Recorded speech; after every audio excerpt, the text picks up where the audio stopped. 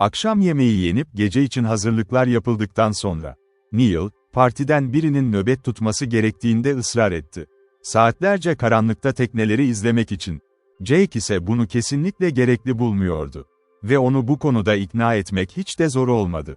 Eğer ışıkları yarım mil ötede bile göremezdik, dedi mühendis, ki bu pek olası değil, çünkü bu zamana kadar petrol kıtı olmalı. Ve eğer onları görürsek, bunun ne faydası olur? Onları buraya indirmeye ikna etmeliyiz ve bunun gündüz bile ne kadar tehlikeli olduğunu biliyoruz. Nerede olduğumuzu bilmeden onları geçmesine izin vermeyi, İkinci bir felaketin masum sebebi olmaktan daha çok tercih ederim. Uzun tartışmalardan sonra Neil, nöbet tutmanın bir faydası olmadığını anladı. Küçük grup yaprak yatağına uzandı.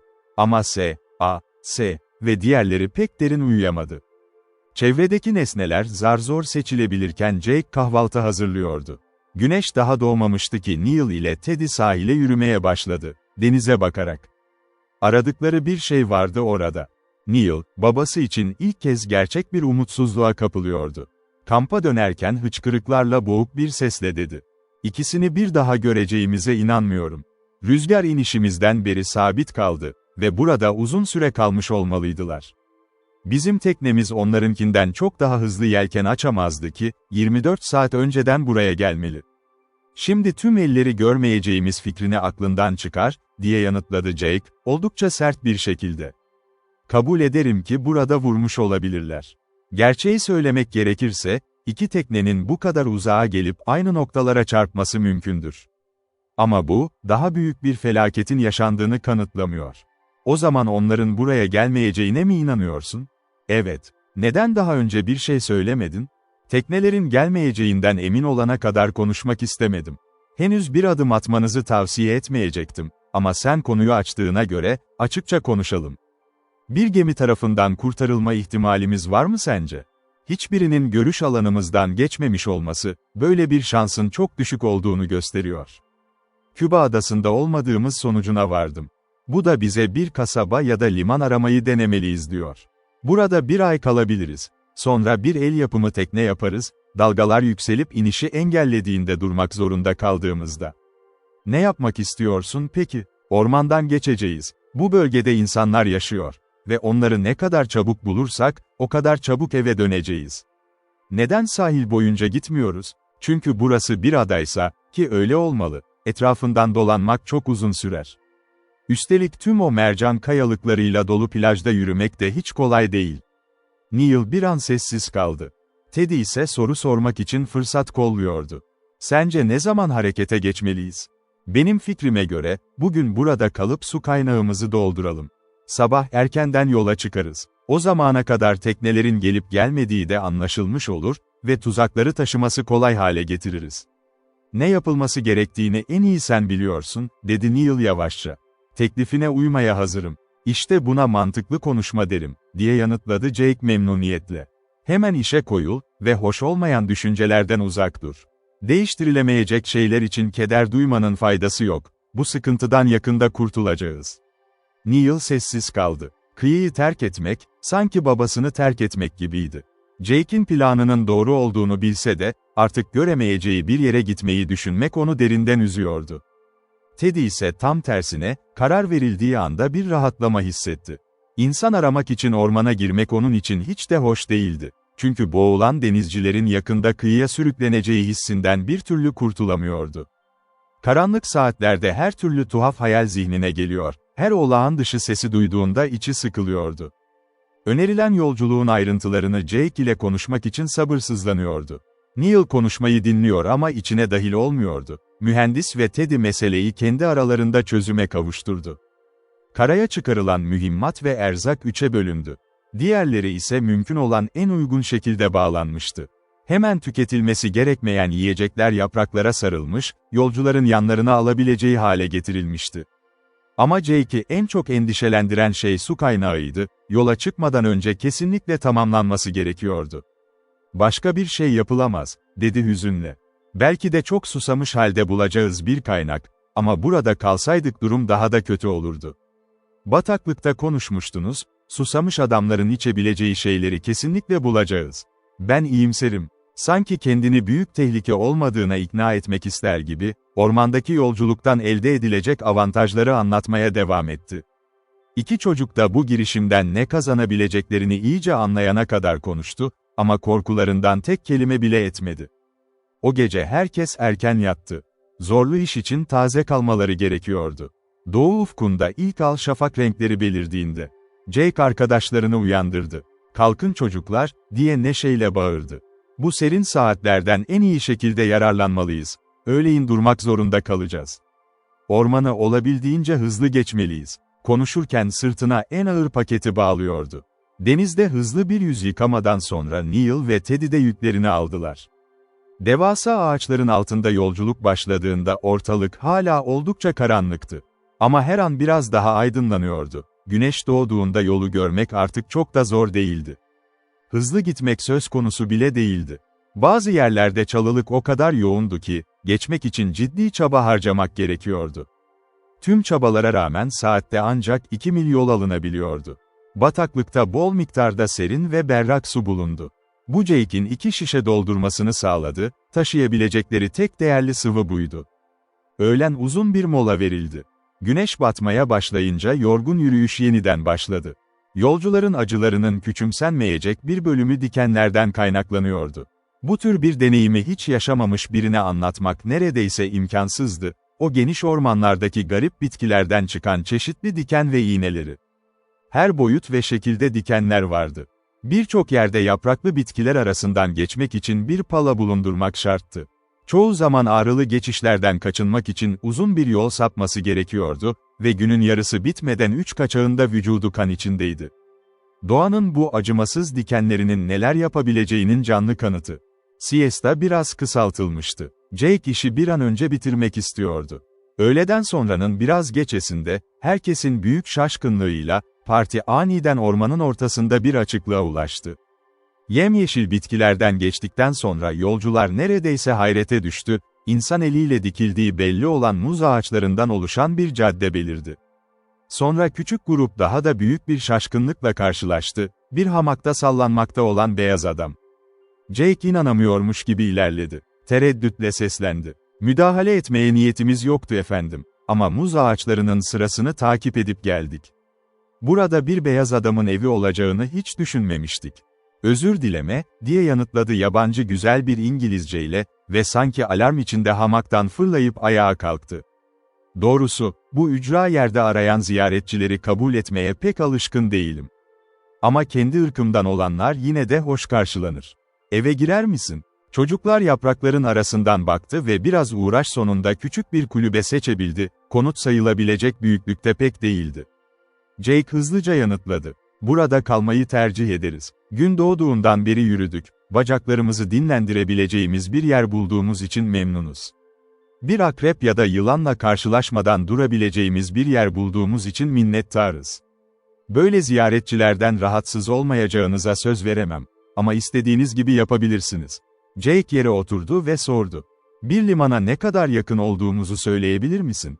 Az önce yangında yok olan bir eğlence yatından indik, nerede olduğumuzu bilmiyoruz. Şu anda Yukatan'dasın ve kıyıya ne kadar yakın olduğunu zaten gayet iyi biliyorsun." "Yukatan'da mı?" Jake şaşkınlıkla tekrarladı. "Aynen öyle. Ve ünlü gümüş şehirçe Santa Cruz Kızılderililerine de çok uzak değilsin. Bu bilgi şu an pek de önemli görünmüyor bizim için. Ama bu bölgede olduğumuzu öğrenmek beni gerçekten şaşırttı, çünkü kaptanımız Küba kıyısına yaklaşmamız gerektiğinden oldukça emindi." "Anlat bana, böyle bir hata nasıl yapıldı?" "Tam olarak benim de bilmediğim şey bu. Ama sana neden burada olduğumuzu açıklamak uzun sürmez." Ve Jake, Sea Dream'deki yolculuğun hikayesini anlattı. Açıklanamayan yangını, kıyıya ölüm kalım arasında çıkmayı. Sonunda şöyle dedi.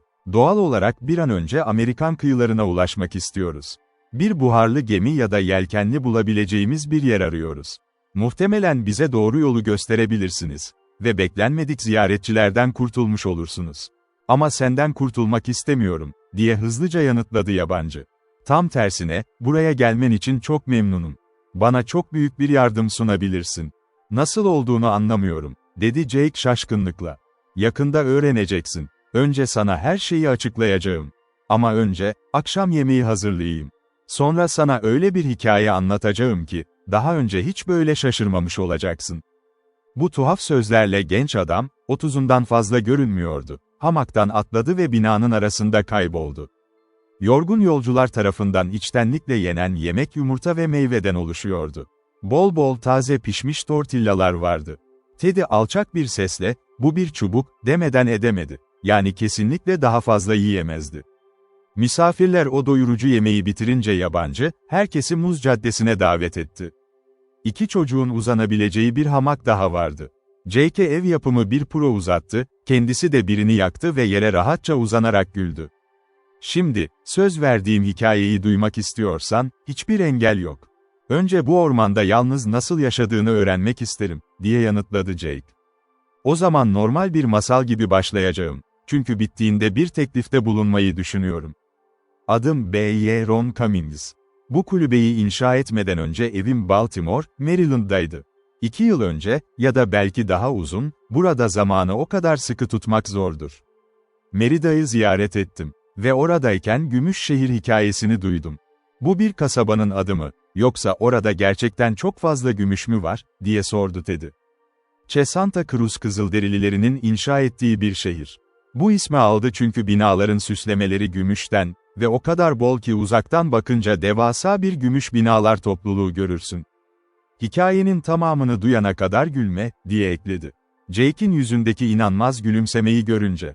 Merida'daki herkes ve hatta İngilizce tarihler bile sana anlatır. Bu harika şehrin Merida'ya uzanan geniş bataklık araziler üzerinde yer aldığını. Kara bataklık olarak bilinen bu alan. Gerçek şu ki, hiçbir beyaz adam onu hiç görmemiştir. Tek yol bataklığın güney tarafından geçiyordu. Ve o yol o kadar sıkı korunuyordu ki çok özel bilgiler gerekirdi. Kıyılarında gözetçiler vardı. Zehirli oklarıyla ziyaretçileri selamlamaya hazır. Doğudan da ulaşmak neredeyse imkansız, kayalıklar yüzünden.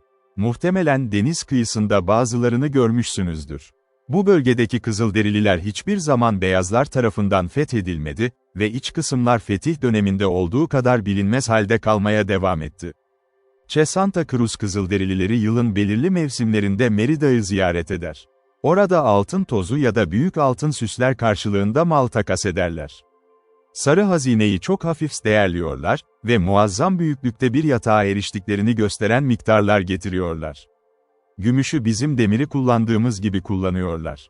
Bu ziyaretçilerden birinin bacaklarına kalın dövülmüş gümüş bantlar taktığını gördüm, muhtemelen dikenlere karşı koruma için. Kasabalara gelirlerse, cesur bir adam takip edip bataklıktaki şehrin sırrını öğrenebilir, diye önerdi Jake. Giderek daha çok ilgilendiği açıkça belliydi. Bu defalarca denendi. Ama öğrendiğim kadarıyla, kimse hiç başaramadı. Ben 2 kez 3 yaşlı adamı takip ettim, bataklığın tam kenarına kadar. Her 2 seferinde de sessizce kayboldular. Sanki yer yarılıp onları yutmuş gibiydi. Sonra, başkalarının da aynı şekilde başarısız olduğunu öğrenince, zaferi bana kazandıracak bir plan kurdum. Gerçi bunun için çok zaman gerekiyordu. "Ne yaptın?" diye sordu Jake nefesini tutarak. "Dili öğrenmeye karar verdim. Bu amaçla burada bir Hintli ile birlikte kaldım. Bu insanların alışkanlıklarını ve geleneklerini bilen, yıllarca onların yanında yaşamış ve dahası, o ünlü şehri görecek mesafede bulunmuş biri.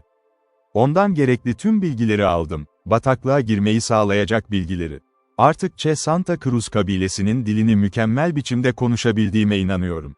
Buraya 2 yıl kaldın mı, sadece köye nasıl ulaşacağını öğrenmek için mi, diye sordu Neil.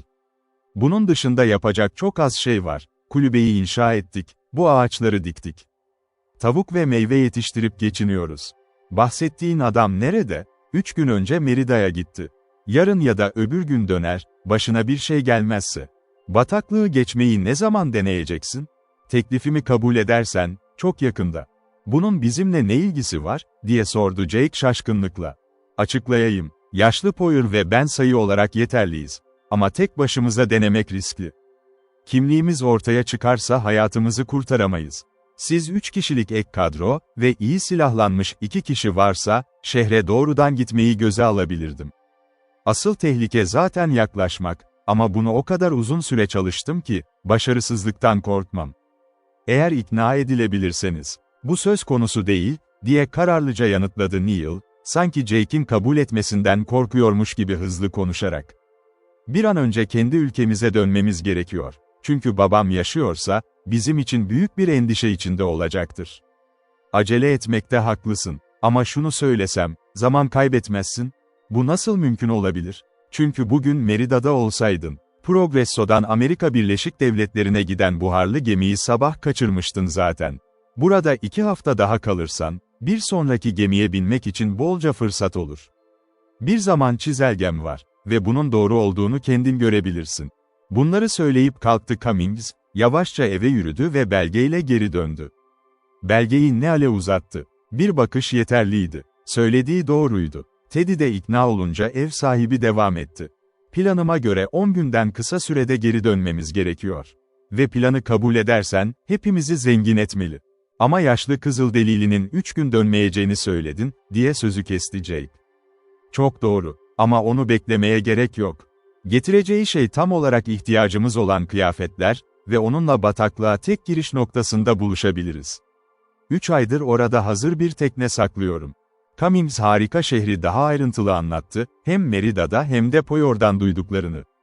Hikayeyi o kadar etkileyici anlattı ki kısa sürede misafirlerinin heyecanı had safhaya ulaşmıştı. Şimdi soru şu, bana katılacak mısınız? Diye tamamladı. Bu konuyu o kadar uzun süre inceledim ki, alışılmadık derecede tehlikeli olmadığını söylemekte kendimi haklı görüyorum. Başarılı olursak götürebileceğimiz servet miktarı çok büyük olacak. Karar vermem uzun sürmez, diye yanıtladı Jake hızlıca.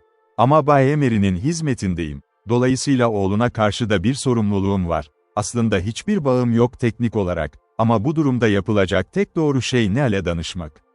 Senin fikrin ne? Diye sordu Cummings Teddy'ye dönerek.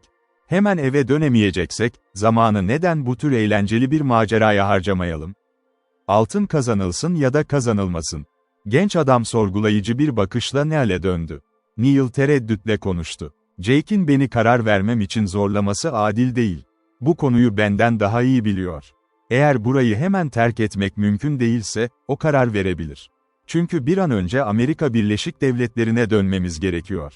Ve bu yapılamayacağı için, Gümüşşehir ziyaretine karşı bir itirazın yok mu? Bilmiyorum. Yarına kadar gitme kararın yok, tartışmak için zamanımız var. Çok doğru. Yapacak işlerim var. Ben yokken siz de baş başa konuşabilirsiniz.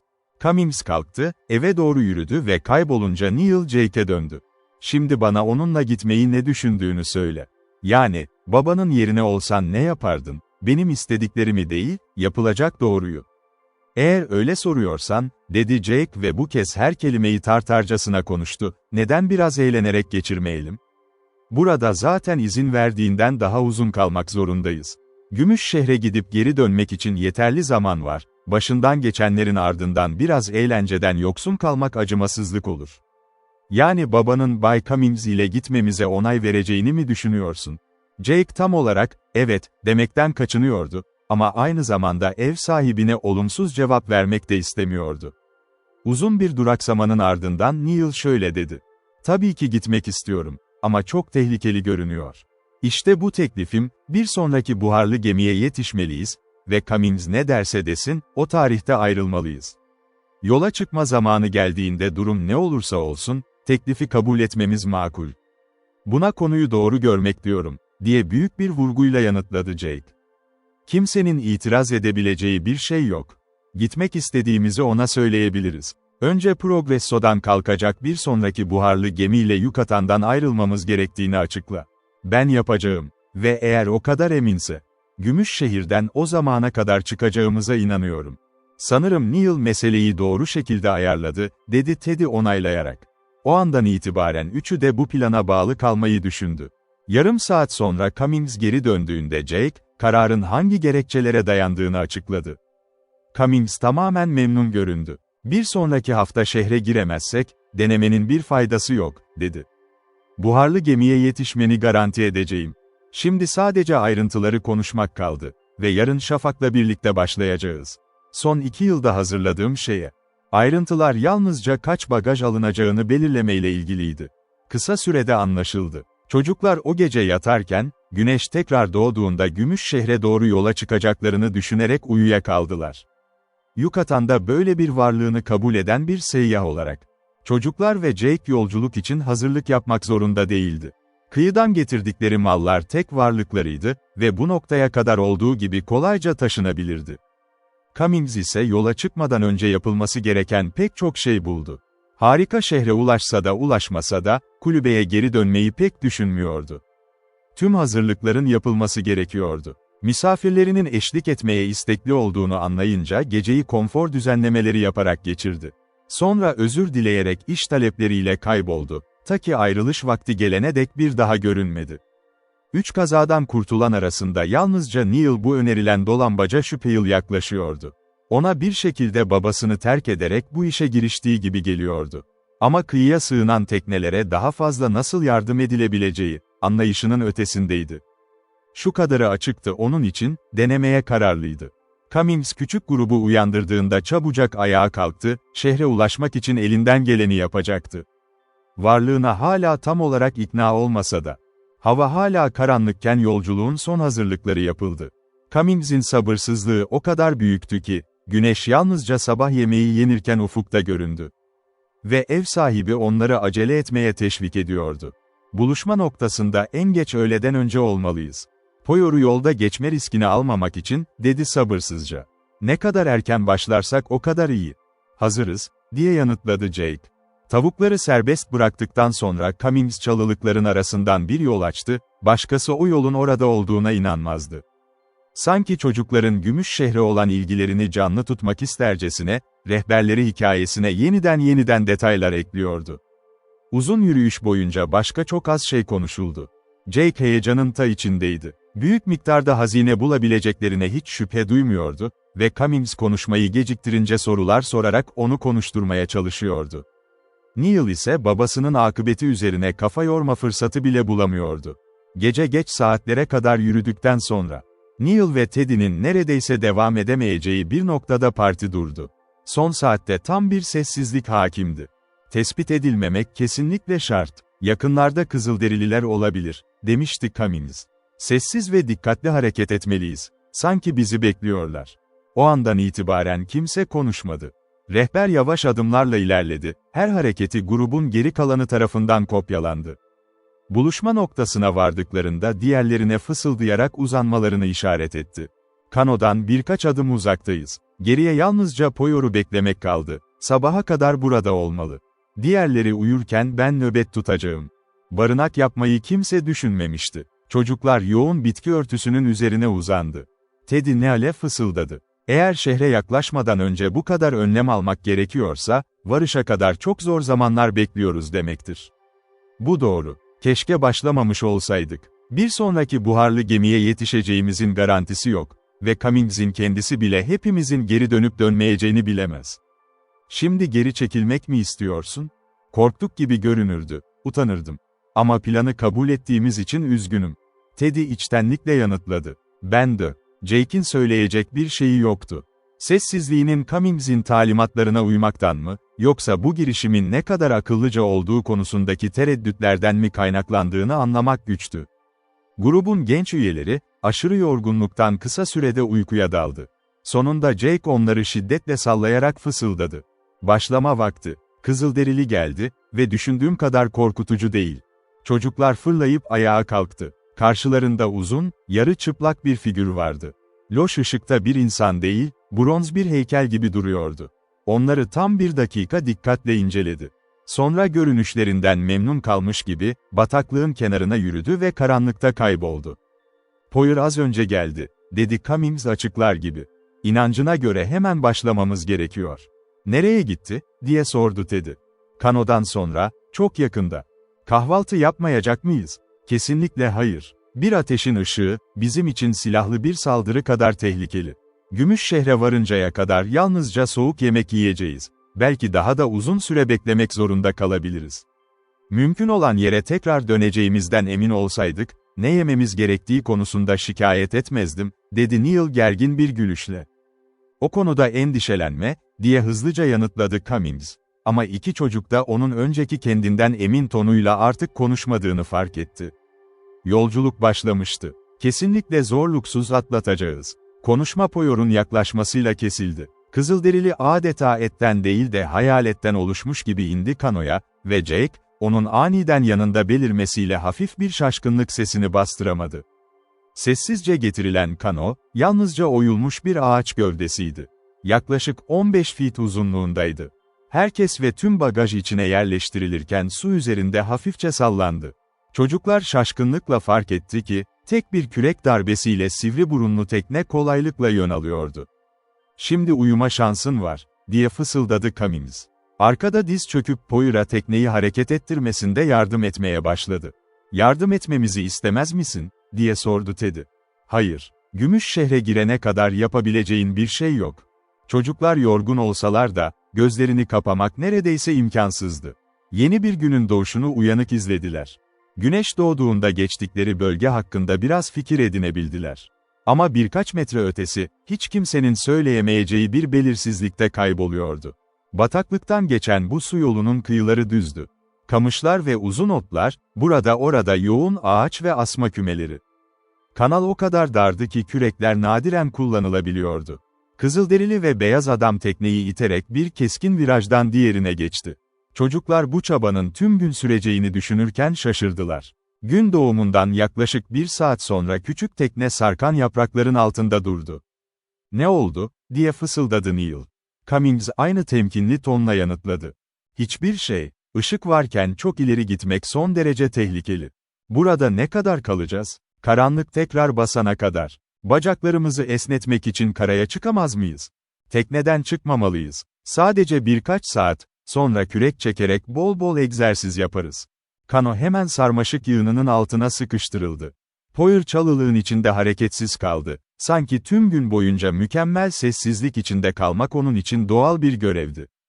Cummings da onun örneğini takip etti. Geminin ortasına oturan Jake arkadaşlarına doğru ilerledi. Üçü 1 saat boyunca bu, aptal girişim, hakkında konuştu. Ama geriye başka ne kalabilirdi ki? Bataklığın tam ortasındaydılar. Bir süre sonra Neil huysuzca dedi. "En iyi değerlendirmemiz şu, eğer Merida'ya kaçma fırsatı çıkarsa. Cummings ne derse desin tereddüt etmemeliyiz." Bu kararlılık onlara yeni bir cesaret verdi. Çocuklar uzanıp olabildiğince rahat bir konum buldular. Hafif bir öğle yemeği yedikten sonra, gece düşene kadar tekneden yalnızca ağır nefes sesleri duyulabilirdi. Sonra, karanlık yeniden gelince, Poirot adeta duraksamamış gibi harekete geçti. Kendini toparlayıp yarım düzine muz yedi ve kürek çekmeye başladı. Keşfedilmeye karşı alınan önlemler şimdi 2 katına çıkmıştı. Bir virajı dönmeden önce Kızılderili bekledi. Dinleme tavrıyla, çevresinde kimsenin hareket etmediğinden emin oluyordu. Gerektiğinde kanoyu yapraklara yasladı, dal hışırtısı duymamak için. Saatler geçtikçe, saldırı olmadıkça Cummings rahatlamaya başladı. Jake de kasvetli ön sezileri bir yana bırakıp götürebilecekleri hazineyi hayal etmeye başladı. Bir keresinde gece yarısı civarında, Poirot keşfe çıkmıştı. Neil lidere fısıldadı. "Kaç gece böyle yolculuk yapmak gerekiyor şehre varmak için? Bir sonraki durağımızda tekneden inip yürüyerek devam edeceğiz. Zorluğun nedeni mesafe değil, karşılaşılabilecek tehlikeler." Kızılderili geri döndü. Hiç konuşmadan kanoya bindi. Küreği kaldırdı, sanki önlerinde hiçbir engel olmadığını söylüyordu. Bu andan itibaren, sabahın ilk ışıklarına kadar, uzun bir kesinti olmadan ilerlendi. Sonra tekne bir tür havuzumsu kırıntıya çekildi, yoğun ormanların arasında açılan bir alana.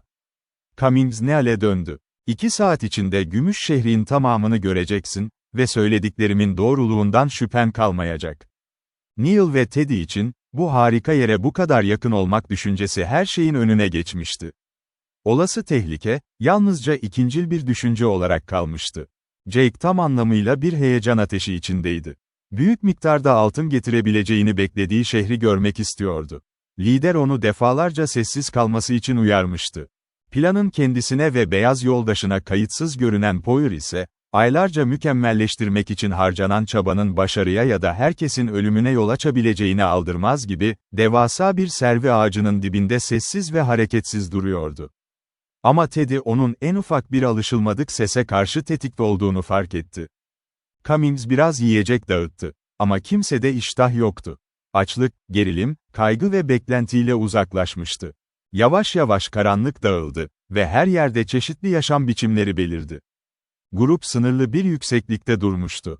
Buradan ormanın belirli bir bölümü, bataklık araziden farklı bir şekilde görünüyordu. Güneş doğduğunda tek bir göz kamaştırıcı ışık, ağaçların tepelerine yansıdı.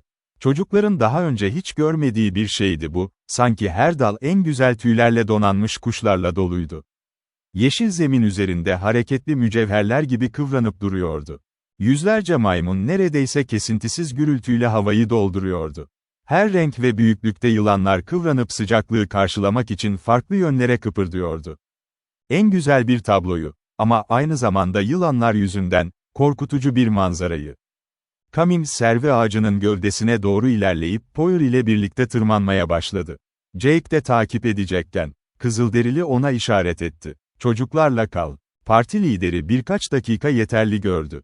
Aşağı indi. Neale fısıldadı. Hata yapmadık. Şehir açıkça görünüyor. Sen ve yoldaşların merakınızı tatmin edebilirsiniz. Poyer dönene kadar burada kalacağız. Sonra Kızılderili'ye döndü. Birkaç kelime fısıldadı. Ve Poyer çalılıklar arasında kayboldu. Birbirlerine yardım ederek tırmandı 3 kazadan kurtulan. Ve öyle bir manzara karşısında kaldılar ki, hayranlık fışkıran sesler dudaklarından döküldü. Neyse ki maymunların gürültüsü onları bastırdı. Doğuda uzun bir alçak kayalık dağ sırası uzanıyordu. Kuzey ve güney çıkıntılar güzel bir vadiyi çevreliyordu ve merkezde göz kamaştıran beyaz binalardan oluşan bir şehir duruyordu. Bu ev ve tapınak koleksiyonuna uzun uzun bakmak, çocuklar için neredeyse imkansızdı. Güneş ışınları gözlerini kamaştırıyordu. Bu durum, şehrin merkezindeki kubbe benzeri çatıya yansıyan güneşten kaynaklanıyordu. Gümüş görünümlü parlak bir metal maddeydi. Bitişik binalar beyaz taştan yapılmıştı ve bu tuhaf ışığı her yöne yansıtıyordu. Şehir, yeşil yaprakların arasında devasa bir ışık gibi parlıyordu. Her ev kendi başına bir meydanda duruyordu. Nüfus yaklaşık 15.000 olarak tahmin edilebilirdi. Sokaklar son derece düzenli, ince beyaz kumdan oluşuyordu. Her kesişim noktasında grotesk figürlerin ya da hayvanların anıtları vardı. Düzenli aralıklarla devasa beyaz sütunlar yükseliyordu. Üzerlerinde parıldayan metal, merkezdeki kubbeyle aynı türden bir madde. Birçok evde de bu sütunlar vardı. Bu harika tabloyu bir bütün olarak izledikten sonra, çocukların dikkati merkezdeki yapıya yöneldi. Daha fazla ilgiyi hak ediyordu. Burası bir ibadet yeri gibiydi. Açılışa girenler ve çıkanlar vardı. Parıldayan metalden yüksek sütunlar arasından. Çatıdaki birkaç açıklıktan duman yükseliyordu, sunak ateşlerinden tütüyor gibiydi. Bu inancı doğrular gibi, tatlı bir müzik sesi yükseldi havada. Ve sokaklardaki kalabalıklar heykellerden birine hayranlıkla secde etti. Vatandaşlar beyaz akan giysiler giymişti. İbadet kararı, izleyiciler ağaçtan ayrıldıktan sonra da sürdü. Teddy bir şeyi fark etti ve Neal'in dikkatini çekti. Ne çevredeki tepelerde, ne de şehirde herhangi bir hayvan görülebiliyordu. Sanki ormandaki kuşlar bile, parlak şehrin üzerinden uçmaktan kaçınmak için rotalarını değiştirmişti. Bataklık tarafından dünyanın geri kalanından kapalı bu şehirde, ateş en korkunç haliyle pusuda bekliyordu. Çocuklar ve Jake bu resmi ne kadar uzun süre izlediler, söyleyemezlerdi. Zamanın geçişini unuttular. Cummings yavaşça aşağı inmelerinin iyi olacağını söylediğinde, Teddy şaşkınlıkla güneşin çoktan yükseldiğini fark etti. "Peki, şimdi Gümüş şehrin gerçekten var olduğuna inanıyor musun?" diye sordu lider, üçü yanına geldiğinde. "Bundan sonra her şey mümkün görünüyor," diye yanıtladı Neil, sanki o kadar ihtişama bakmaktan yorulmuş gibi içini çekerek. "Şehre varınca hayranlığını daha ilginç şeyler için sakla. Daha çok şey göreceksin. İnsanlar o kadar da vahşi görünmüyor," dedi Teddy. "Ama varlığımız ortaya çıkarsa hepimizi öldüreceklerini düşünüyorsun. Bundan eminim. Beyaz adamı, onlara çok zarar vermiş, birçok şehri harabeye çevirmiş, kendi topraklarında baskı yapmış bir ırk olarak görüyorlar. Eğer durum buysa, oraya nasıl gireceğiz?" diye sordu Neil. "Poyer'un başarılı olacağını düşündüğüm bir planı var, geri döndüğünde öğrenirsiniz. Eğer koşullar uygunsa yakında haberdar olursunuz. Ama diyelim ki bir grup Kızılderili bu yöne gelirse, keşfedilme tehlikemiz çok az, özellikle bataklığı geçtiğimizden şüphelenmemişlerse ki bu pek olası değil. Onların dışarı çıkmaları için çok az neden var. Şimdi uzan. Poyer gece düşünce gelecek. Bu tavsiyeye uymak kolaydı. Ama gördüklerinin ardından gözlerini kapatmak, son derece zordu. Teddy ve Neil yan yana uzandı. Düşüncelerini harika şehirden ayıramıyorlardı. Jake ve Cummings uyumuş gibi görününce Teddy fısıldadı. Şimdi hala gelmemizin aptalca olduğunu düşünüyor musun? Hayır. Bataklıkta çok da uzakta değiliz. Bir şey olursa kısa sürede oradan çıkabiliriz. Ve o şehre bir bakış, büyük bir zahmeti bile göze aldırırdı adama. Ama Kızılderililer bizi yakalarsa, Cummings bununla ilgilenebilir bence. Bu kadar yakınında yaşarken bu kadar karmaşık hazırlıklar yapmışsa, büyük bir hata yapılmayacağından oldukça emin olabiliriz. Şehre girmeyi başarsak bile, bu kadar çok altını nasıl taşıyacağız? Ben de bilemiyorum. Ama küçük bir paketin bile değerli olduğunu ve 5 kişinin çok şey taşıyabileceğini biliyoruz. Bizi sadece hazineyi taşımak için mi getirdi? Hepimizin eşit paylaşacağını söyledi. Bu yüzden hizmetlerimiz gereksiz sayılmaz, hem de üçümüzden daha ağır yük taşıyabilir. Bu şekilde, büyük tehlikeyi değil de kazanılabilecek faydaları düşünerek, çocuklar öğleden sonra geç saatlere kadar vakit geçirdi. Sonra Poir o kadar sessizce yaklaştı ki, yapraklar hışırdamadan aralarında belirdi. Cummings adam görünür görünmez hevesle fırladı. Hint dilinde konuştu. Poir uzun uzun yanıt verdi, ellerini sık sık kullandı. Rapor Cummings için açıkça son derece önemli bir anlam taşıyordu. Dikkatle dinledi. Yalnızca bir soru sormak için bölüyordu. Yaklaşık yarım saat geçti, sonunda diğerlerini açıkladı. Poir şehirden geldi ve nöbetçilerin yanından geçti. Bunu yapabildiyse, bizi ne engeller, diye sordu Jake. Yalnızca tenimizin beyaz olması, dedi lider. O kendini kolayca Santa Cruzlu olarak gösterebilir. Dili konuşuyor, onlara benziyor. Kasabada dolaştı, sorunsuzca. Ama şimdi çok fazla vakit kaybetmeden planıma geçelim. Poir boş bir yer buldu. Kasabanın kenarında bir konut inşa ediyor. Kendini yeni göreve atanmış bir nöbetçi olarak tanıtıyor. O karakterde kimse, neden tanıdık olmadığını merak etmez. Çünkü nöbetçiler genellikle şehirden uzakta, 1 ya da 2 yıl boyunca görev yapar. Yalnız mı gidecek, diye sordu Jake. Kesinlikle hayır. Bu gece geç saatlerde ona eşlik edeceğiz. Tüm umutlarımız, o binayı keşfedilmeden elde etmeye bağlı. Orada ne kadar kalacağız? Gerekirse 1 hafta. 1 hafta, diye aynı anda bağırdılar Teddy ile Neil. Evet, ve umarım o süre boyunca gizli kalabiliriz, yoksa zor olabilir. Ama bir binada kapalı kalmakla, nasıl görünmez olacağız? Jake'in yüzünde en büyük şaşkınlık ve endişe okunuyordu. Oraya vardığında tam olarak anlayacaksın. Gümüş şehrin gerçekten var olduğunu kanıtladım, artık planımı tartışmadan uygulamama yardım edebilirsiniz. Emirlere uymamak için hiçbir sebep olmayacak, diye hızlıca yanıtladı Jake. O zaman önümüzdeki 10 saat boyunca sorunsuz bir şekilde ilerlersek ne yapmayı beklediğimi göstereceğim. Şimdi tuzakları daha taşınır hale getirelim. Poir haber verdiğinde hazır olalım. Çocuklar ve Jake Cummings'in verdiği taslaktan kesinlikle şaşkındı ve pek de memnun görünmüyorlardı. Şehre girmenin kendilerine ne kadar fayda sağlayacağını ya da gizli kalırken nasıl bir kazanç elde edilebileceğini anlayamıyorlardı. Parti lideri, yüz ifadelerinden genel tabloya memnun olmadıklarını anlıyordu. Ama gönüllü olarak açıklama yapmadı. Belki gereksiz buluyordu. Çünkü bu noktada geri çekilmek imkansızdı. Ne Teddy ne de Neil büyük bir tehlikeyle karşı karşıya olduklarına gerçekten inanıyordu. Akıllarındaki tek şey, bataklıktan zamanında çıkıp Progresso'dan Amerika Birleşik Devletleri'ne giden bir sonraki buharlı gemiye yetişmekti. Her ikisi de ilk fırsatı kaçırmanın büyük bir talihsizlik olacağına inanıyordu. 1 haftaya dayanabiliriz, dedi Neil fısıldayarak. Ama asıl korkum şu, o zamana kadar şehri terk etmenin mümkün olmayacağı. Teddy aynı temkinli tonla yanıtladı. Böyle bir ihtimalin ortaya çıkmamasını sağlamak bizim görevimiz.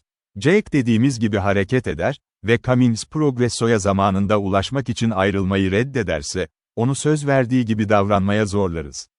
Reddederse ne yapacağız? 5 kişilik gruptan 3'üyüz ve kendi tercihlerimize göre hareket edebiliriz. Neil bu bakış açısından tamamen memnundu. Kimsenin onlara istediği gibi davranmayı engelleyemeyeceğine seviniyordu. Ama ne yazık ki, önemli bir gerçeği gözden kaçırmıştı. Şehre girmek kolay bir mesele olabilirdi. Peki ya istedikleri gibi ayrılabilecekler miydi?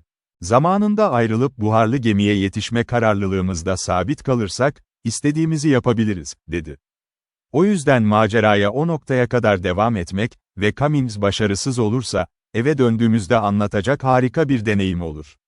Jake ise şehrin parıldayan duvarlarını görünce kendinden geçmişti. Tek arzusu, hem gözleriyle hem elleriyle dokunabileceği o noktaya ulaşmaktı. Cesur planın son hamlesi için zaman yaklaşırken, Cummings son derece huzursuz bir hale geldi. Sanki tüm kan yüzünden gitmiş gibiydi. Gözleri kocaman açık, boşluğa bakıyordu. "Hasta mısın?" diye sordu Teddy endişeyle.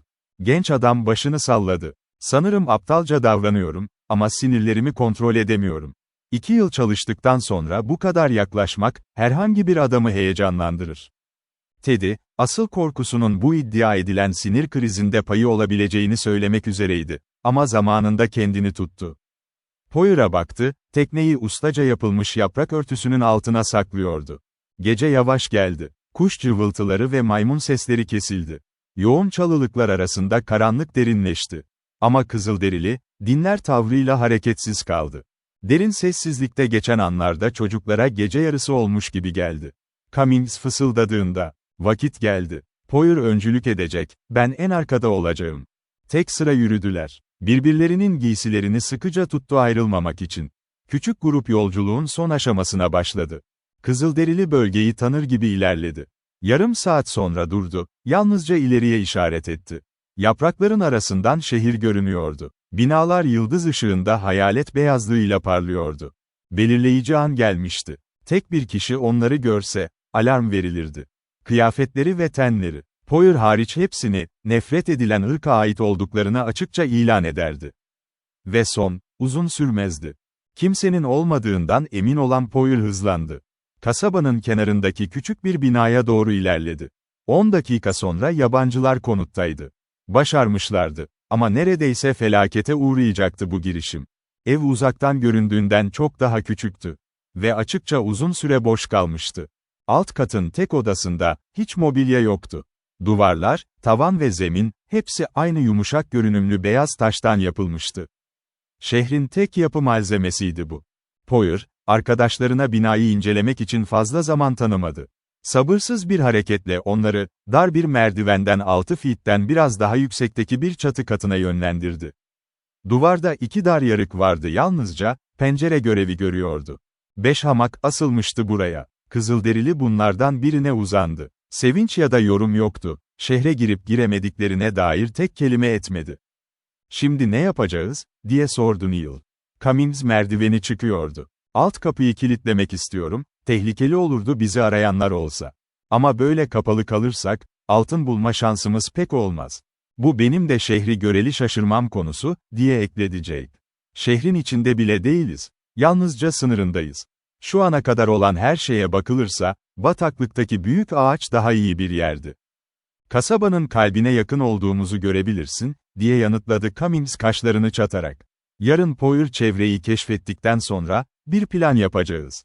Uyuman daha iyi, çünkü ne zaman geri çekilmek zorunda kalabileceğimizi kimse bilemez." Çocukların bu tavsiyeye uyması için başka yapacak bir şey yoktu. Teddy dar yarıktan dışarı baktı, ama ilginç bir şey göremedi. Ve böylece, Columbus'un Amerika'yı keşfettiği dönemde var olan, hala ayakta duran bu şehirde, Yucatan kıyısında uzanıp uyumaya çalıştı 3 kişi. Çevrelerinin tuhaflığına ve tehlikeye rağmen, kimse çok derin uyudu. Sessizlik neredeyse bunaltıcıydı. Gün doğumundan yaklaşık 1 saat önce, en tatlı müziğin alçak bir ritmi yükseldi havada. Yavaş yavaş güçlendi, sonunda vahşi bir patlamayla sona erdi. Poirot yerinden fırladı. "Ne oldu?" diye sordu Teddy. Cummings umursamazca yanıtladı. "Özel bir şey değil. O müzik dua çağrısı, şimdi Kızılderililer sokaklarda daha az tehlikeli dolaşılabilir." Bir süre sonra Jake ve çocuklar pencere görevi gören yarıklara yaklaştı. Ama karanlıkta bir süre hiçbir şey seçemediler. Sonra gün ağarırken, beyaz cübbeli kalabalıklar her köşeden ortak bir noktaya koşuyor gibi göründü. Muhtemelen gümüş kubbeyle tapınak. Bu kadar insan bu kadar sessiz hareket ediyordu. Ne araba ne de hayvan eşlik ediyordu. Sırtlarında yük taşıyan adamlar vardı. Kayışı alnından geçirmiş. Pek çok kadın ve çocuk ise çiçeklerle dolup taşıyordu. "Altın ya da gümüş büyük bir gösteri göremiyorum," dedi Teddy biraz hayal kırıklığıyla. "Kimse mücevher giymemiş gibi. Belki bu metallerin burada bu kadar yaygın olmasından kaynaklanıyor," diye yanıtladı Jake. Beni asıl endişelendiren şu. Cummings ve Kızılderili neden bu kadar korkuyor keşfedilmekten? Bu insanlar bir sinek bile öldürmez gibi görünüyor. Hata yapma, diye fısıldadı Cummings, konuşmanın bir kısmını duyunca. Eğer bir beyaz adamın şehre girdiğini anlasalar, hayatın bir saat içinde alınırdı. Buna inanabilirsin. Ama şu ana kadar gördüklerim, son derece barışçıl bir tablo. Ta ki aksini kanıtlayan bir şey ortaya çıkana kadar, dedi Jake. Ve Poyer ile birlikte sokak kapısına doğru eğildi, geçenlerin onu görüp görmediğini anlamaya çalışarak. Kızılderili keskin bir sesle uyardı. Geri dön. Ölmek istemiyorum. Korkuyorsan tabii ki yolundan çekilirim, diye yarı öfkeli bir şekilde yanıtladı Jake. Ama bu kasabadan ayrılmadan önce, korkacak ne kadar sebep olduğunu sana göstereceğim. 10 dakika içinde ölmüş olacaksın, diye ciddi bir sesle yanıtladı Poyer ve binadan çıkarken kapıyı dikkatle kapattı. Söylediklerini hatırlamak iyi olur, diye sert bir şekilde ekledi Cummings, kapıyı kapatmak için mühendise yaklaşırken. Bu insanlar barışçıldır, ta ki dinleri ve gelenekleri eski bir haksızlığın intikamının alınması gerektiğini söyleyene kadar. O zaman hiçbir ırk bunlardan daha acımasız olamaz. Bu kapıdan yüzümü göstermezdim. Yukatan'da bulunabilecek tüm altın için bile. Bu sözler Jake'i susturdu, ama tam olarak ikna etmedi. Neal'e fısıldadığından anlaşılıyordu. Para taşımamızı engellemeye çalışıyorlar. En iyisini onlar alsın diye, uzak durmamız gerektiğini ispat etmeye uğraşıyorlar. Aptalca bir şey yapma, diye içtenlikle yanıtladı Teddy. Cummings iyi bir nedeni olmadan bizden yardım istemezdi. Bu halkın doğası konusunda yanılmış olamaz. Jake'in söyleyecek başka sözü yoktu. Ama kendi fikirlerinin doğru olduğuna inandığı açıktı. Tam o sırada dikkatini gerektiren bir şey oldu. Poyer binadan çıkmıştı. Kapının önünde bir kalabalık toplanıyordu. Bu durum Cummings'in korkuyla şöyle demesine neden oldu. Bu insanların şehirde bir beyaz adam bulunca ne yapacağını yakında öğrenme şansımız olabilir. Çünkü sanki keşfedildik. Binadaki partinin ne kadar büyük bir endişeyle, dar açıklıklardan aşağıdaki kalabalığa baktığını hayal etmek güç. Hatta Jake bile onların tavırları konusunda hata yaptığını düşünmeye başlamıştı. Teddy, onun tüm silahları dikkatle incelediğini fark etti. Dışarıdakiler ağırlıklı olarak yay ve oklarla silahlanmıştı. Yalnızca birkaçı ucu cama benzeyen bir tür mızrak taşıyordu. Neil Cummings'e fısıldadı. Yalnızca oklar varsa, silahlarımızla iyi sayıda adamı kontrol altında tutabiliriz. Silahlarını küçümseme. Her biri o kadar ölümcül bir zehirle kaplanmış ki, tek bir çizik, kurşun yarasından çok daha tehlikeli. Burada olduğumuzu öğrendiklerini mi düşünüyorsun? Bu toplanmayı başka türlü açıklayamam. Ama kimse binaya özellikle dikkat etmiyormuş gibi görünüyor. Gerçekten de, kapının önünde 4 ila 500 kişi olmasına rağmen, neredeyse hiç kimse küçük grubun izlediği açıklıklara bakış atmıyordu. Çoğunluk, son derece sosyal bir vakit geçiriyordu. Saldırı belirtisi görünmeyince, gönüllü mahkumlar biraz daha rahatladı. Jake yine de önerdi. Bu insanlar kimseye gerçekten zarar vermek istemez. Aniden kalabalığın arasında büyük bir kargaşa koptu. Adamlar bağırdı, silahlarını salladı, en grotesk biçimde dans etti. Uzaktan müzik sesi duyuluyordu. 5 dakika sonra bu ani değişikliğin nedeni anlaşıldı. Orman yönünden sokağın aşağısında, yüzlerce kadın geliyordu. En güzel çiçeklerle süslenmişlerdi, büyük buketler ya da çelenkler taşıyorlardı. Düzensiz bir şekilde ilerliyorlardı, ta ki erkeklerin önüne gelene kadar. Orada aniden durdular. Bir gongda keskin darbeler vuruluyordu. Bunlardan biri havada yüksekte tutuluyordu. Erkekler sokağın bir tarafında, kadınlar diğer tarafında duruyordu. Bu sırada her iki cinsten 20 kişi, geniş çiçeklerle kaplı bir platform taşıyordu. Üzerinde rahatsız edici görünümlü bir figür vardı. Altından yapılmıştı. Sıralar arasında yürüdü ve durdu. Herkes aynı anda başını eğdi. Hayranlık ve saygı içinde yere çöktü. Görünmez müzik, tatlı tonlu çanların sesiyle birleşerek havayı melodiyle doldurdu. Çok erken korktuk, dedi Cummings rahat bir nefes vererek. Bu bir tür şenlik ve şehre hoş geldin töreni gibi görünüyor. Poyer'un tam bu saatte geri gelmeyi seçmesi çok talihsizdi. Kalabalığı görmüş olmalı ve güvenli bir mesafede beklemeyi seçmiştir, diye yanıtladı Neil. O heykelin ne temsil ettiğini merak ediyorum. Altın figür gerçekten çok tuhaftı. Gövdesi bir panterin biçimindeydi. Ama kuyruğu kısaydı ve düz bir şekilde yukarı kalkıyordu.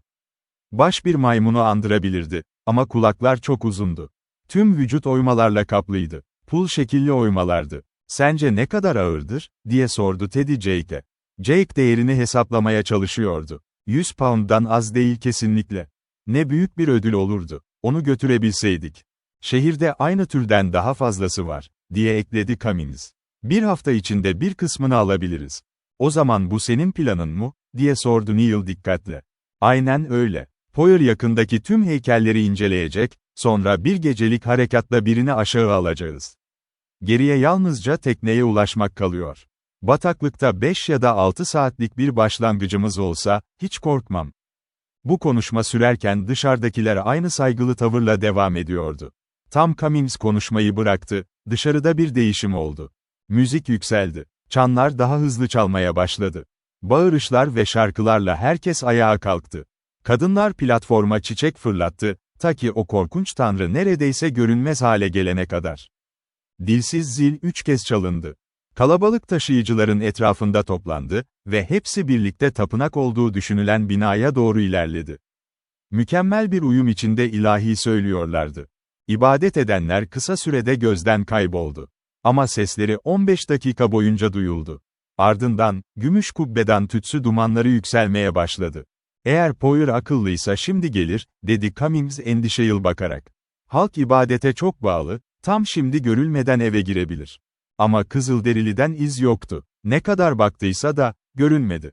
Müzik kesildi. Duman yavaşça dağıldı. İnsanlar sokaklarda, kendi işleri ya da eğlenceleriyle dolaşmaya başladı. Bu kadar dikkatsiz olması çok tuhaf, diye mırıldandı Cummings kendi kendine. Şimdi tek güvenli yol, gece olmasını beklemek. Sence ona bir şey mi oldu, diye sordu Neil. Tahmin edemiyorum. Ama bu kadar beklemesi gerçekten garip.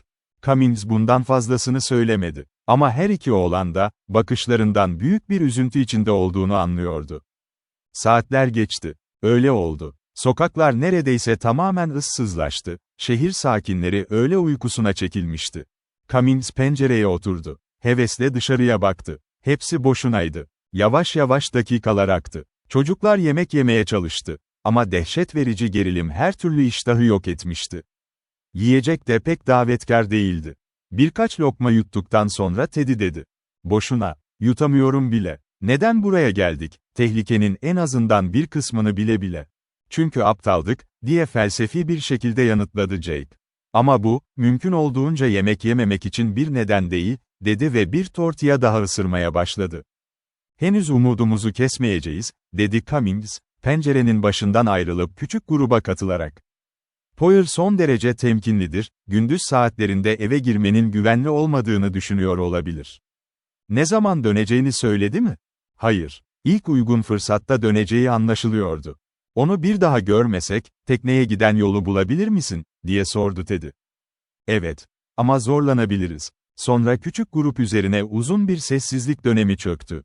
Her biri, bir ziyaretçinin işareti olabilecek en ufak bir sese kulak veriyordu.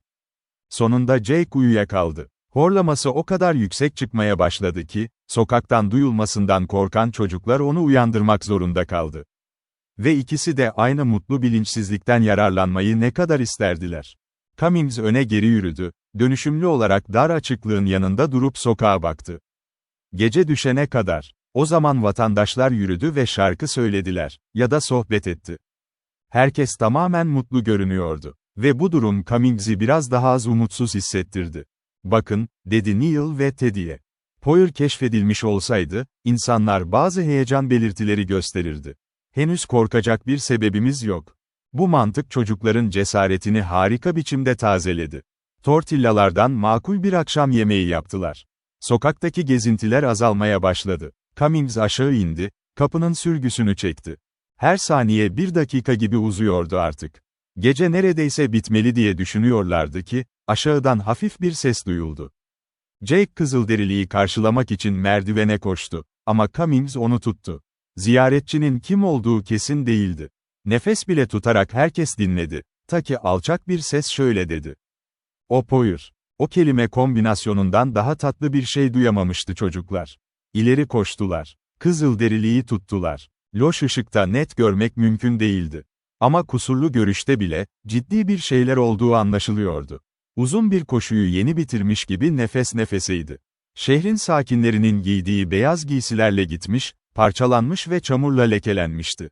Cummings Hint dilinde konuştu. Poyer ciddi biçimde yanıtladı. İlk sözlerde beyaz adam hayal kırıklığıyla bir çığlık attı. "Ne oldu, ne oldu?" diye sordu Teddy. Cummings Poyer uzun bir konuşmayı bitirene kadar bekledi. Sonra dedi. "En kötü talihsizlik başımıza geldi. Teknemiz keşfedildi ve şehre getirildi. Bataklıkta saklandığımıza inanılıyor ve bir grup adam orada bizi arıyor. Neden gelip doğrudan söylemedi?" diye öfkeyle sordu Jake. "Eğer bu insanlar o kadar tehlikeliyse, neden bu kadar geç kaldı? Gündüz bu kadar yaklaşmak son derece tehlikeliydi. Üstelik yapacakları çok şey vardı. Mesela ne? Arama ekibinin gücünü ve yerini kesin olarak öğrenmemiz gerekiyordu. Ve biz burada kapalıyken bunun bize ne faydası var? Zor zamanlarda birbirimizi suçlama," diye yanıtladı Cummings sertçe. "Tehlikeden kurtulmak için birlikte çalışmalıyız. Ve seni buna ikna etmeliyim." Jake susturuldu. Poyer hikayesini anlatmaya devam etti, hala kendi dilinde. Çocuklar onun bir plan önerdiğini, ama Cummings'in onaylamadığını düşündü. İkincisi zaman zaman sert bir şekilde itiraz ediyordu. Bu sırada Teddy Neal'e fısıldadı. "Dalgada boğulan denizciler bizden şanslı. Hızla öldüler, biz ise muhtemelen işkencenin ne demek olduğunu öğreneceğiz. Bu kadar korkunç şeylerden bahsetme Teddy. Henüz yakalanmadık, sorunun tam yüzüne bakmak zorunda değiliz. Bazen başka seçenek kalmıyor. Maceralardan bıktım. Dünyadaki tüm altın, beni bir daha böyle bir belaya sokmaya yetmez." Cummings ve Poyer yarım saat konuştuktan sonra lider gönüllü olarak açıklamaya başladı. "Gerçeği gizlemem kimseye faydası olmaz. Herkesin durumun tam anlamıyla farkında olması gerekiyor. Bu seferki planımda, tek olası ihtimali hazırlamıştım. Ama tam olarak karşılaşmayı hiç düşünmediğim şeyle karşılaştım. Bataklıkta bu kadar çok nöbetçi olacağına hiç inanmamıştım ve teknenin keşfedileceğini akla getirmedim. Tek birini bile görmeden geçtiğimizde, tamamen güvende olduğumu sanmıştım. Kızılderililer bunu kendi insanlarından birinin zanaatı sanmış olamaz mı?" diye sordu Neil. "Hayır. Tekne tamamen farklı bir yapıda, üstelik gemide çok şey bıraktık. Bulanlar doğrudan şehre geldi. Şef bataklığı iyice aramasını emretti. Artık fark edilmeden geçme ihtimalimiz kalmadı. O zaman kaçma şansımız yok," diye içten bir öfkeyle bağırdı Jake. Cummings sakin bir şekilde yanıtladı. "Kim diyor ki gitmedik? Kimsenin aramayı düşünmeyeceği kıyı şeridi hala açık. Bizi o yöne gitmekten alıkoyan ne var? O zaman hazine umudunu tamamen mi bıraktın? Bu koşullar altında, sağ çıkabilirsem kendimi şanslı sayacağım. Artık yalnızca kaçış düşünülmeli. Ve sizi böyle tehlikeli bir duruma sokan benim. Gözlerinizi kapayın, ne kadar hazine kazanılabileceğini düşünmeyi bırakın. Tüm enerjinizi bu ülkeden ayrılmaya yönlendirin. Hayat altınla karşılaştırılamaz. Demek bu girişim başarısız oldu," diye azarlayıcı bir tonla ekledi Jake. "Evet, ve tüm sorumluluğu üstleniyorum. Siz çok az zaman harcadınız bu girişimde, ben ise yıllarımı verdim. Hayal kırıklığı bende çok daha büyük. Bunu tamamen anlıyoruz," diye yanıtladı Neil. "Ve keşif gezisinin başarılı olacağına siz de inandınız. Ama durum açıkça ortaya çıkmışken, doğru yolu seçelim. Birbirimizi suçlayarak vakit harcamayalım." "Mantıklı konuşuyorsun," dedi Cummings onaylayıcı bir şekilde. "Özetle şu, Poyer İngilizceden yeterince anlıyor, söylediğimiz her şeyi takip ediyor. Geldiğimiz yoldan geri dönmek artık imkansız. Ama bir ev araması yapılmadan önce şehri terk etmeliyiz. Bu gerçekleşmeden önce, yabancı olmadığımızı anlayacaklar. Tek açık alan doğuda, dağların üzerinden. Ve birlikte hareket edersek bu yolculuk tamamlanabilir. Sizi yanılttım, bunu kabul ediyorum. Ama şimdi tek amacım hepimizi bu tehlikeden kurtarmak. Bunu gayet iyi anlıyoruz," dedi Teddy hızlıca. "Bu konu hakkında konuşacak daha fazla şey yok. Aynı riskleri biz de göze aldık. Çıkarlarımız aynı. Bize buradan nasıl çıkacağımızı göster. Santa Cruz Kızılderililerinin altın ve gümüşü onlara kalsın. Benim için. Ama harcanan zamanın bedelini nasıl alacağız?" diye sordu Jake endişeyle. "Kendi hayatını kurtararak," diye yanıtladı Neil. "Bu noktada en büyük kazanç bu. Kendini zengin etme hayalini bırak, yalnızca en iyi nasıl kaçacağımıza odaklan." "Cummings'in çözmesi gereken bir şey bu," diye somurtkan bir tonla cevap verdi Jake. "Buraya altın için geldim. Mümkün değilse bile, bu sıkıntıdan çıkmamıza yardım et. Başarısızlığın tüm sorumluluğunu üstlendim ve ihmalimi kabul ettim, dedi Cummings sertçe. Şimdi planımı dinlersen, hayatta çıkabileceğimize inanıyorum. Ama zaman en kıymetli şey, her şey aleyhimize gitti. Ne yapmayı düşünüyorsun, diye sordu Neil. Jake'e bir bakış fırlatarak onu susturdu. Deniz kıyısına yürüyeceğiz. Poyer şehrin doğu tarafından ayrılmanın hala mümkün olduğuna inanıyor. Çoğu nöbetçi bataklığı aramak için geri çekildi.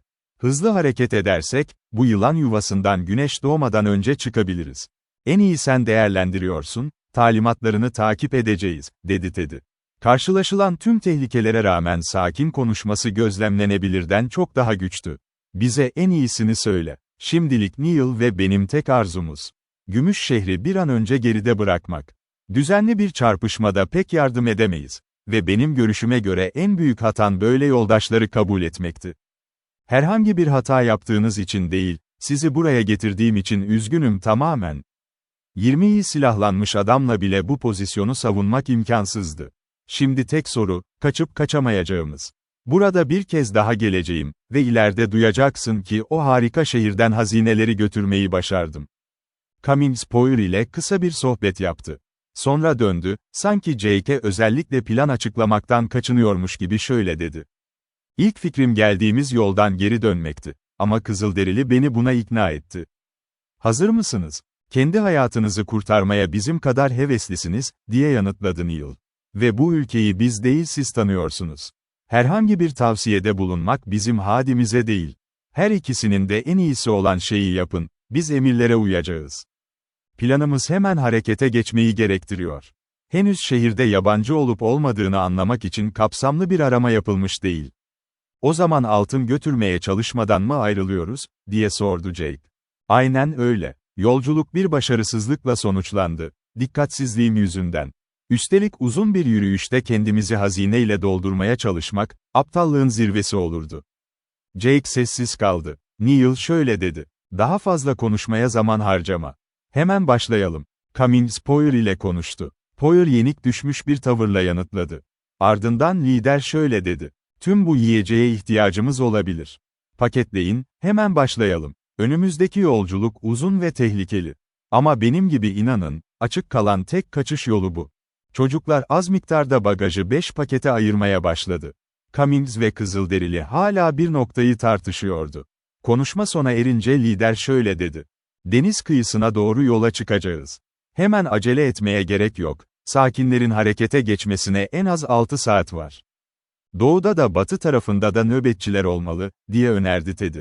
Doğru. Ama Poyer'un getirdiği bilgiler doğruysa, o yönde nöbet o kadar sıkı olmayacak. Kızılderili bataklıktan zorla geçmeyi deniyor, gerekirse savaşarak. Ama ben en az tehlikeli yolu tercih ederim, mesafe daha uzun olsa bile. Ne Neil ne de Teddy tartışmak istiyordu. Cummings böyle bir davada en iyi yargıçtı ve liderliğini izlemekten memnundu ikisi de. Jake ise aynı içtenlikle güvenmiyordu. Buradan ayrılmadan önce planını tam olarak bilmek istiyorum, dedi. Hayatım seninkiyle eşit derecede tehlikede ve en azından ne yapıldığı hakkında fikrim olmalı. Oldukça haklısın, diye nazikçe yanıtladı Cummings. Amacım doğuya, deniz kıyısına kadar yürümek. Oradan kulübemize ulaşacağız. Gördüğüm kadarıyla tek uygulanabilir yol bu. Kızılderili ne diyor? Teknemiz olmasa bile bataklıktan geçebileceğimizi düşünüyor. Ama bence ateşe yakalanma tehlikesi çok büyük. Jake itiraz etmek üzereydi. Neil ona fısıldadı. Böyle bir durumda Cummings'in görüşünü kabul etmeliyiz. Her anın değeri var. İstediğin gibi olsun, başka bir kelime söylemeyeceğim, diye sabırsızca yanıtladı mühendis. Ama bence bu adamı körü körüne takip ettik, yapmamalıydık. Neil bu yorumun son kısmını geçiştirdi ve Cummings'e döndü. Sorun değil, hazırız. O zaman beni takip edin. Unutmayın, hayatlarımız tek bir dikkatsiz kelimeye bağlı. Böylece aldı bir paketi. Silahına fişek doldurdu. Merdivenlerden inmeye başladı. Çocuklar ve Jake takip ederken. Poyer en arkada yer aldı. Dış kapıda bir an duraksadı. Sanki bu şehri terk etmenin gerçekten zorunlu olduğuna kendini ikna etmeye çalışıyor gibiydi. Yıllarca hazırlık yaptığı şehri. Sonra, kapıyı açtı ve ıssız sokaklara doğru yol gösterdi. En güvenli plan, kasabanın kenarını dolaşmak, dedi. Nöbetçilerle karşılaşma riski olan yerlere doğrudan gitmeyeceğiz. Şu an kimse burada yabancı olduğumuzdan şüphelenmiyor. Bu yüzden muhafızlar özellikle tetikte olmayacak. En iyi olduğunu düşündüğün gibi yap, diye yanıtladı Neil. Sonra yana çekildi ve Teddy'ye fısıldadı. Ben olmasaydım bu sıkıntıya girmezdin. Bir şey olursa, bunun benim hatam olduğunu düşünme. Suçluluk duyacak bir şey yok, diye sıcak bir şekilde yanıtladı Teddy. Yat davetini herhangi biri kabul ederdi. Gemideki son felakete senin hiçbir katkın yoktu. Jake tek kelime etmedi. Sanki Cummings ona kişisel bir hakaret yapmıştı, büyük miktarda hazineyi taşımadan geri dönmek zorunda kalmak onu son derece öfkelendirmişti. Poyer öncülük etti. Grubu doğrudan devasa tapınağın yanından geçirdi. Gümüş süslemeleri ay ışığında parlıyordu, katı değerli metalden oluşan bir kütleymiş gibi görünüyordu. Bu muhteşem manzara Jake için fazlaydı. Aniden durdu. İnatla dedi. Zengin babalı çocuklar, bu kadar servete sırtınızı dönmek sizin için zor olmayabilir. Ama ben bu hazinenin bir parçasını alacağım.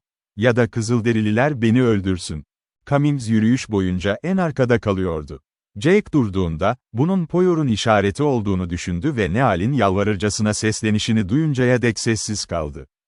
Hadi Jake, durma şimdi, güvenlikle kaçma şansımız varken. Altın hayatla karşılaştırılabilir mi? Bir şeyler taşımak mümkün olabilecekken durup durdunuz mu, diye fısıldadı Cummings. Jake aynı temkinli tonla yanıtladı. İşte bu tam anlayamadığım kısım. Buraya getirdin bizi, kendimizi zengin edebileceğimizi söyledin. İlk küçük ters gidişte kaçıyorsun. Artık istediğimi yapacağım. Bu intihardan başka bir şey değil. Önümüzde uzun bir yolculuk var. Küçük bir yük bile bu koşullarda fazla ağır. Tam o sırada Poyer durmanın nedenini öğrenmek için geri döndü. Ciddi bir sesle konuştu. Burada durduğumuz her an ölümü daha da yakınlaştırıyor. Dikkatli gözler her an üzerimizde olabilir. Keşfedilince kaçmak neredeyse imkansız olacak. Küçük grup, tapınağın ana girişinin tam önünde duruyordu. 20 ince beyaz taş sütun yükseliyordu ay ışığında. Her sütunun altında gümüş görünümlü grotesk bir figür vardı. Ne olursa olsun, o figürlerden birini alacağım, dedi Jake inatla.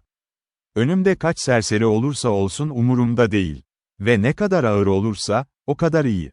Çünkü bu, kendimi zengin etmek için ilk gerçek şansım. Ama bizi düşün, diye fısıldadı Teddy. Hepimiz öldürülme riskiyle karşı karşıyayız. Senin yapmak istediğin yüzünden. Burada beklemek zorunda değilsiniz. Gidin, ben hallederim. Çıkış yolunu bulamayacak kadar aptal değilim. Daha fazla bekleyemeyiz, dedi Poyer ısrarla. Biri ölsün yerine herkesten iyisi. Ve Neal'in omzundan tutarak onu adeta sürükledi. Cummings da Teddy için aynı şeyi yaptı. Çocuklar zorla ilerlerken, Jake'in heykellerin bulunduğu yumuşak bir yerden tırmanmaya çalıştığını gördüler. Öldürüleceğini bilerek onu terk etmek zalimlik, dedi Neil. Kızılderiliğin pençesinden kurtulmak için boşuna çabaladı. Tehlikeyi biliyor ve gelmiyor. Kendimize bakmalıyız. Sessiz ol şimdi, çok fazla gürültü ve çok uzun bir gecikme oldu. Poyer o kadar hızlı yürüyordu ki çocuklar koşmak zorunda kaldı. Bir sonraki kesişen sokağa varmadan önce, tapınak yönünden yüksek bir çarpma sesi geldi.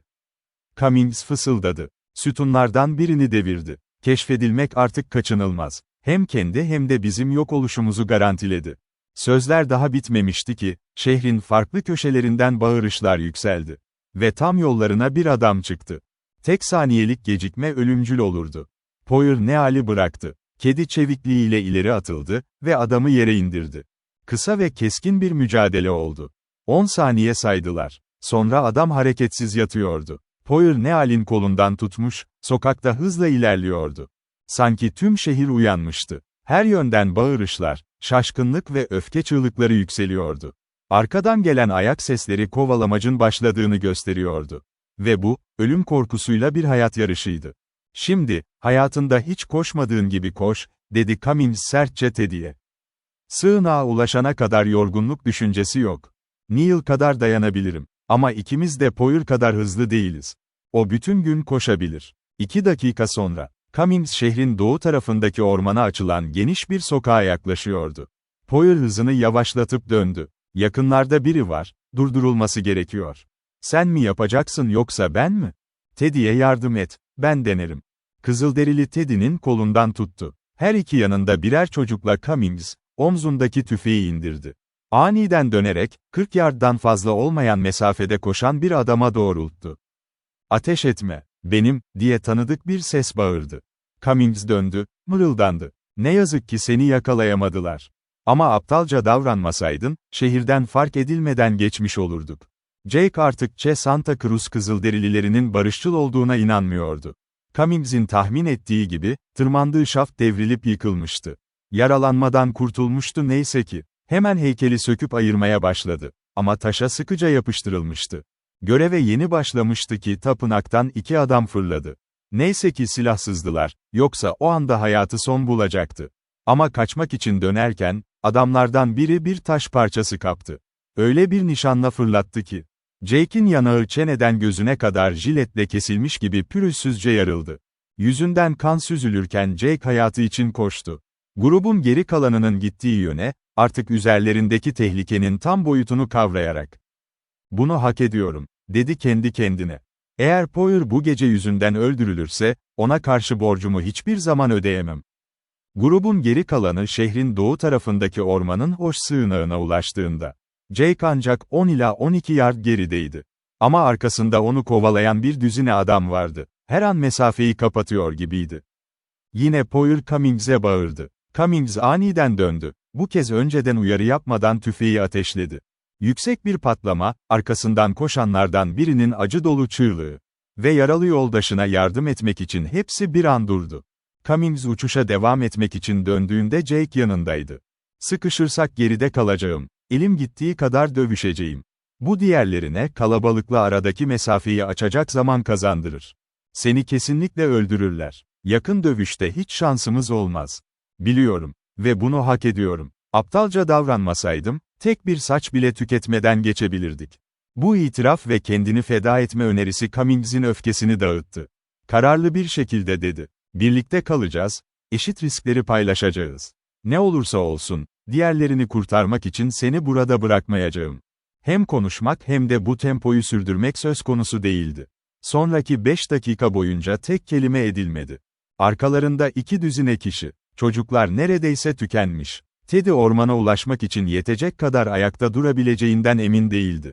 Poyer 2 çocuğun da neredeyse son nefesini verdiğini görünce, Cummings'e bağırdı ve hemen Teddy'yi, ardından Neal'i kucakladı. Bu yükle bile, kısa sürede her 2 beyaz adamı da geride bıraktı. Takip edenler giderek yaklaşıyordu. Cummings bir kez daha durdu. Tüfeği ateşledi. Sonra yeniden ilerledi. Poyer sığınağa girerken diğerleri 100 metre uzaktaydı. Çocukları bıraktı. Neal'in silahını çekti, örtünün tam kenarında ayağa kalktı. Tam zamanında 2 el ateş etti, partinin geri kalanını kurtardı. "Burada duramayız," dedi. Cummings yanına gelince devam etti, "Çocuklara yardım et, beni burada bırak. Kalabalıkla aranıza yeterli mesafe girene kadar onları tutacağım." Cummings, Hint'e kendi tüfeğini ve fişeklerini verdi. Neal'in silahından daha güçlüydü. Sonra o ve Jake talimatları yerine getirdi. Mümkün olduğunca düz bir çizgide, hızla yürüdüler. Arkalarında Poyer görevini yapıyordu. "Bunu yeterince uzun süre sürdürebilirse, hepimizi kurtarır," dedi Jake nefes nefese. "Ama başkaları da var. Buradan kıyıya kadar, bataklıktakilerden daha tetikte nöbetçiler olabilir."